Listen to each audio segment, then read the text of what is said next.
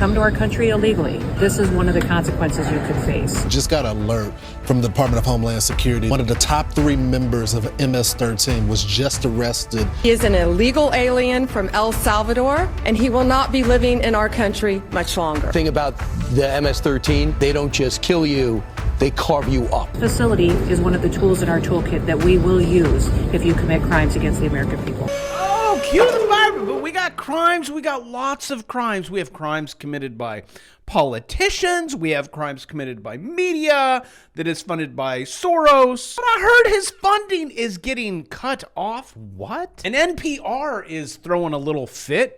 Wonder why? And NPR is supposed to be our spokesmodel, our news organization that is very in the middle. They have not one Republican. And when this woman was asked by Congress, hey, did you know how left your organization is? She threw up the I don't know emoji. And then when grilled about other things, she's like, quote, how white of me. Because she can't remember anything. But that is not even my big story. Neither is this. This is AI actually saying we have a $29 trillion problem. It has to do with hedge funds, bailouts, and it's an emergency. Talking about emergency, I've been getting emails. You know, sometimes it's cool. Everything's fine. Other times, plethora. And I have a lot of friends that are millionaires, billionaires with a lot of influence and connection. This one just said, hung out with this Navy captain, Black Swan, disturbing. Retired chief medical officer for the New York Fed, hung out with former assistant to the U.S. Secretary of Treasury. And in the last 5 days, I interacted with all of them on separate occasions. And something is going to happen that will be uncorrectable and unstoppable. And it's going to happen in the U.S. and it's going to be very dark like one of those swans. He's currently in the Gulf and can't wait to get back home. Other things you guys send me like Fox News, Live, and these guys hold it together. They're right in front of the Applebee's. You know, they've been to the Applebee's before. So this, Elias, free car wash. Here we go. Let me get that. That's a free car wash. Well, thank you to everyone for sending me everything that you got, except for Greg. Greg, this one doesn't cut it. Greg is a close friend. We do business deals together. March 25th, Greg, that would be 2 days old. Yes, it is correct that our strength is now gone in the U.S., and we are on course for continued decline. So in English, that means stock market go down. 51% of you say you expect a major stock market meltdown. As you know, stock markets don't go straight down. They go down, they go up, they hit a 200, and then they keep going. So there will be no stock market crash. There will just be a down. That is the NASDAQ, which you are currently under the 200, and you just hit your head on the 200 and got rejected. You are also in this thing called a bear flag, which you got a pole and the flag. What happens after that? We go down lower. That also means the digits in your bank account get to go up, so don't give me that. So if you don't know how to do this, if you look like this, it means your digits in your bank account go up because you click a button on Carvana and it goes up 139%. Also, my bear market watch list goes up this week. This is it. No more $1 a day. We got some exciting stuff. You guys caught that CoreWeave? That bubble popped. $4 billion. Now they're like, oop, IPO $1 billion. So much for all those data centers. AI is cool, but it is popping. And yes, the stock market will go down a lot faster than something like the housing market. It's all going, ladies and gentlemen, boys and squirrels. Reminder, while the housing market crashes is slow motion, it's moving so slowly because the government is not forcing people to make mortgage payments they haven't paid in years. But this is all stopping now, maybe. Why is it all crashing? Because we're not funding this anymore. This is where NPR CEO Catherine says, quote, truth is a distraction from getting things done. We are subsidizing her for giving us the truth. Let's take a little listen in to what you are subsidizing with your tax-paying dollars. You're a rabid progressive. And do you not think it's a problem that your political leanings make it seem to the American people that you're not biased and you're not doing your job? Because you agree that your job is to have journalistic integrity, right? Absolutely, but there is a strong firewall between the newsroom and anything that I Let's do. talk about the newsroom. You have 87 registered Democrats, not a single Republican in your editor board. So, I mean, how does that work to give us the perception that you're doing your job of actually delivering unbiased information? Well, I would agree with you that that number is a concern if it is accurate. I do believe that we need to have journalists who represent the full breadth of the American society so that we can report well for all Americans. Well, I think that you are failing. I realize you've only been there for a year, but I just really think that while it is a small portion of your budget, you very much should expect to restructure your revenue streams, because I don't think that NPR is necessarily worth saving. Say, please, government, stop funding this stuff. Quote, how white of me. He is trolling you. Racism and the propaganda, and you know because you listen to it. Or you've just totally turned it off. You're like, okay, I'll just give Bravo 14 minutes. Give me the news. And also give me a little inspiration. I actually saw one of the most inspirational clips, not the fire hose guy. This was inspirational, not the clip I want to show you. I'll get to this. Doge is waking people up. The IRS is expecting over $500 billion in lost revenue. The IRS has noticed more online chatter from people who say they won't pay their taxes. I like your thinking. I just don't want you going to jail for 6 years. 7 years? How long was Peter Schiff's dad? That didn't end well. But this guy was on Timcast, and this is good. This is like Martin Luther King dream reality. They've also gotten away with painting the Republican Party as being racist. And then someone like me comes around, decides to run for Congress. In the general election, I beat out a white guy by 30 points. And it's a white majority district. And they voted for me overwhelmingly. And why? Because I was the best candidate. That's it. That's literally what our party is. I get to wake up every day and live Martin Luther King's dream.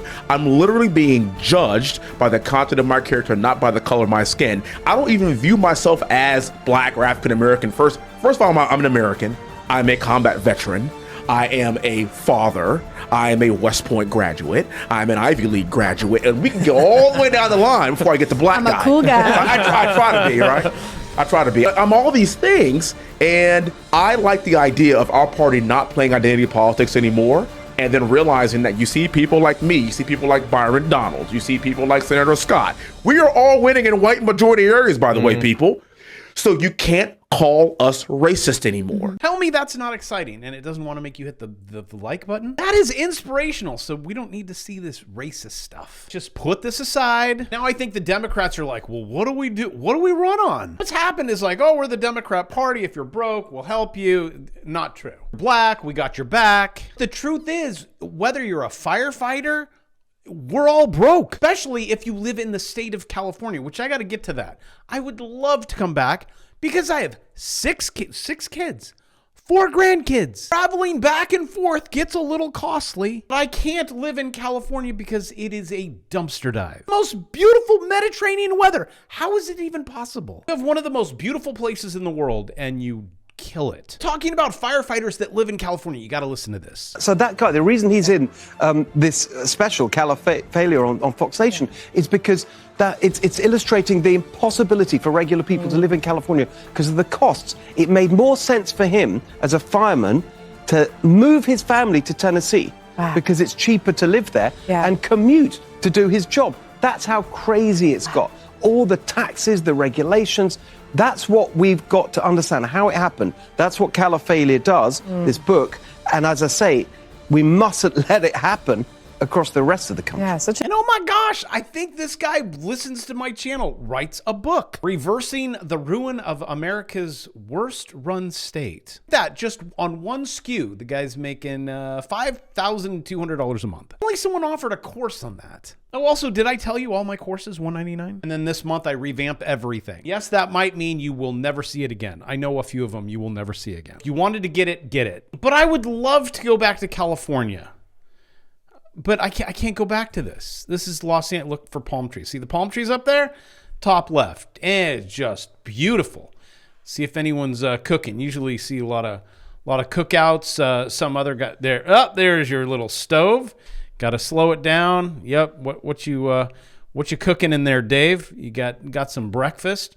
Very nice. Yeah. This is all over the state of California, and not just that. You'll see RVs on the side of the road, just parked RV after RV after RV.